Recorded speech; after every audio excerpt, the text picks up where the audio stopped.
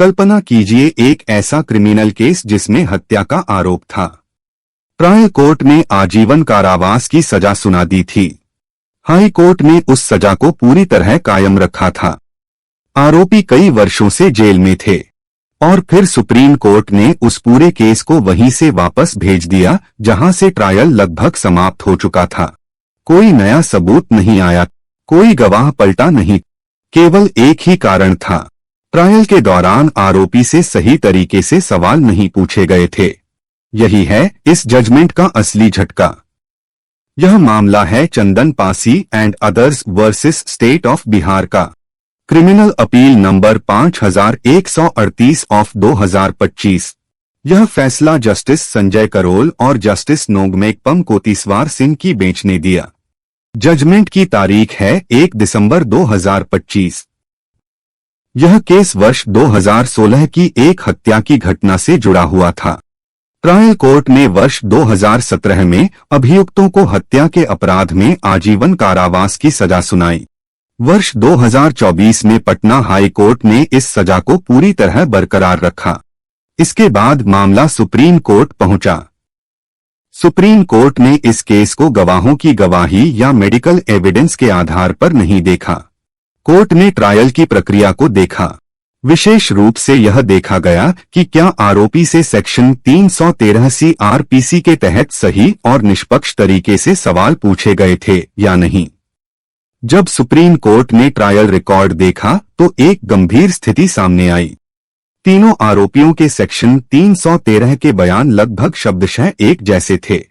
कुल 4 सवाल पूछे गए थे, उनमें से केवल 2 ही घटना से सीधे जुड़े हुए थे।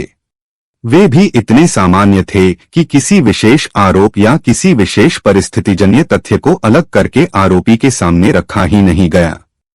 आरोपी को यह वास्तविक अवसर ही नहीं मिला कि वह अपने शब्दों में यह बता सके कि उसके खिलाफ आए साक्ष्य पर उसका क्या कहना है।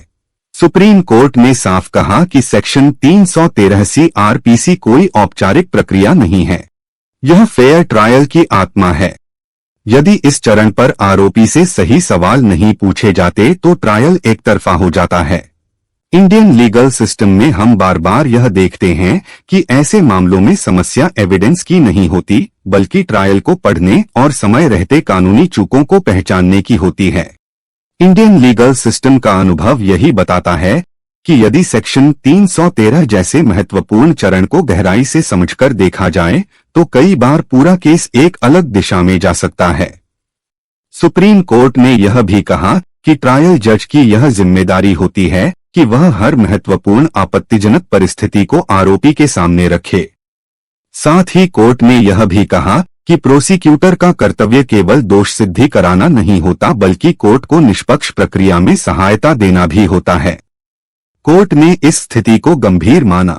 कोर्ट ने बाकी सभी कानूनी ग्राउंड्स पर चर्चा करना भी आवश्यक नहीं समझा। केवल सेक्शन 313 CRPC के उल्लंघन के आधार पर ही अपील स्वीकार कर ली गई।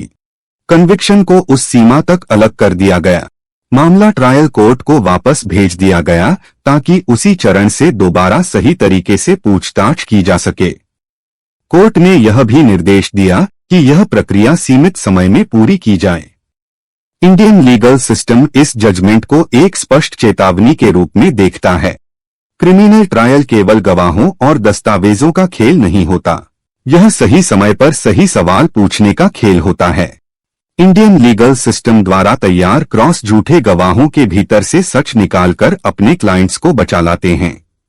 हमारा ध्येय है कि किसी पर झूठा आरोप ना लगे तो हम उसको बचा पाएं। इसलिए हम अपने हर मेंबर को हर मुमकिन कानूनी सहायता देते हैं, उसका क्रॉस एग्जामिनेशन तैयार करते हैं, इंटेंसिव कंसल्टेशन देते हैं, 138 NI एक्ट की बात को समझाते हैं। सिविल हो या क्रिमिनल हो, हर केस में हम आपकी मदद करते हैं। आप भी हमारे व्हाट्सएप नंबर पर हमें मैसेज भेजकर मेंबर बनने का तरीका जान सकते हैं। अपने केस के विजेता बनने के लिए, बेहतरीन एडवोकेट बनने के लिए आप इंडियन लीगल सिस्टम की सहायता ले सकते हैं। हमारी वेबसाइट पर सारी जानकारी आपको अपनी सरल भाषा में प्राप्त होगी। आप वेबसाइट को देखें और अध्ययन करें। लाइक, शेयर, सब्सक्राइब करें, बेल आइकन को प्रेस करें। हम अगली वीडियो में फिर मिलेंगे। प्रणाम।